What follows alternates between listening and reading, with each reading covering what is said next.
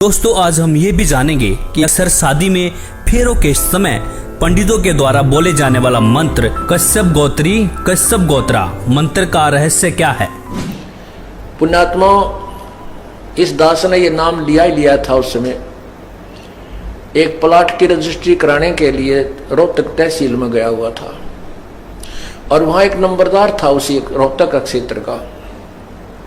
वो खड़ा खड़ा एक दूसरे ने कह रहा था, वहां कोई बात चली थी कि ऐसे ऐसे एक लड़की एक ही गोत्र की और दूसरे गोत्र के लड़के के साथ वो चली गई, उन्हें शादी कर ली कोर्ट में, और ऐसे ऐसे बहुत बुरा हुआ। कोई यूं कह रहा, कोई कुछ कह रहा। तो वो नंबरदार बूढ़ा सा आदमी था, 60-65 साल की उम्र का। नो बोला, भाई यह बात तो समझ में नहीं आ रही हमारे, या गोताड़ी भाई बहन वाली तय।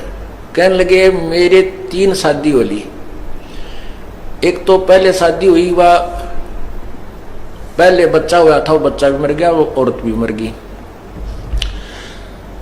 और दूसरी की भी मृत्यु बीमारी से होगी, उसके एक संतान है। और तीसरी शादी और की मैंने जो वर्तमान में है। और तीनों बार मेरे फेरे कराए ब्राह्मण ने, और ब्राह्मण जी ने सबसे पहले श्लोक ये बोला था कि कश्यप गोत्रा कश्यप गोत्री। बाण भाई ताम स्वरूप बना दिए उसने।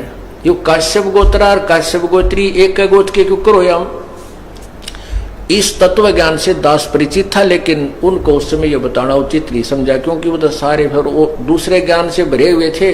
तो मेरे वह बात समझ में आ गई रहे। सचमुच ये तो परमात्मा ने जो ज्ञान बताया उससे समझ में आती है। परमात्मा कहते हैं, काश्यप गोत्रा काश्यप गोत्री पंडित शाखा लाया, और कोई तत्वेता ज्ञानी जाना यू बाण ब्याह घर लाया। कोई तत्वदर्शी संत ही जानता है कि बाण को ब्याह के घर लाया था। और इस आप किसी भी फेरे हम देख लियो, सबसे पहले ये पंडित ने बोलेंगे काश्यप गोत्रा काश्यप गोत्री, फिर और उठ पटांग बिराना के बोला करें। तो पहला श्लोक है इनका। तो कहते हैं भाई, काश्यप गोत्रा काश्यप गोत्री पंडित शाखा लाया, और कोई तत्वेता ज्ञानी जाने यो बाण ब्याह घर लाया। अब परमात्मा की आगे जो लाइन है, पंक्तियां हैं, अब समझ में आएंगे आपके। क्या बताते हैं, पहले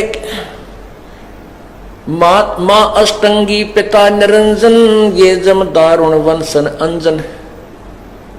पहले कीन निरंजन राई, पीछे से माया उपजाई। पहले ज्योति निरंजन को अंडे से उत्पन्न किया, और पीछे दुर्गा का शरीर बनाया परमात्मा ने अपनी शब्द शक्ति से। और फिर दुर्गा के रूप को देख करके, सुंदरता को देख कर ये काल उसके ऊपर वशीभूत हो गया, और उसके साथ इसने बलात्कार करके ये 3 पुत्र उत्पन्न किए। क्या कहते हैं, पहले कीन निरंजन राई, पीछे से माया उपजाई। माया रूप देख अति शोभा, देव निरंजन तन मन लोभा। इसके ऊपर ही आसक्त हो गया। काम देव धर राय सताए, देवी को तुरंत धर खाए। काम देव धर्म राय, इस ज्योति निरंजन को धर्म राय भी बोलते हैं। इसने वचन किया था कि मैं धर्म का राज करूंगा, इसलिए इसको धर्मराय कहने लगे।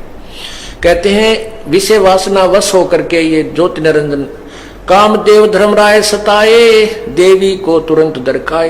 पेट से देवी करी पुकारा, हे साहेब मेरा करो उबारा। टेर सुनीता हम तब वहां आए, अष्टंगी के बंद छुड़वाए। सतलोक में कीना दुराचारी, काल निरंजन दीना निकारी। माया समेत दिया भगाई, 16 शंख 2 कोस दूरी पर आई। अष्टंगी और काल अब 2 ही, बंद कर्म से गए बिगोई। धर्मराय को हिकमत की न्याह, नखरे खा से भग कर लीना। धर्मराय की ने भोग विलासा, माया को रही तब आशा। 3 पुत्र अष्टंगी जाए, ब्रह्मा विष्णु शिव नाम धराए। ओए होए, आज से 550-600 वर्ष पहले बोलिया हुआ वो अमृत ज्ञान जो सब पुराणों और वेदों से मेल खाता है, कबीर परमेश्वर की सिंपल लैंग्वेज उस अमर वाणी में, साधारण भाषा में उस अमर वाणी में आपको पढ़कर सुना रहा हूं। इससे ये सिद्ध हो रहा है कि पूर्ण परमात्मा पूर्ण ज्ञानी थे, तत्व ज्ञानी थे, और पूर्ण भगवान थे। वो वेदों और गीता के यथार्थ ज्ञाता थे, और पुराणों के भी वो यथार्थ ज्ञाता थे। और ये नकली केवल संस्कृत जानने वाले ऋषि महर्षि पंडित लोग ये कति ज्ञानहीन अज्ञानी थे।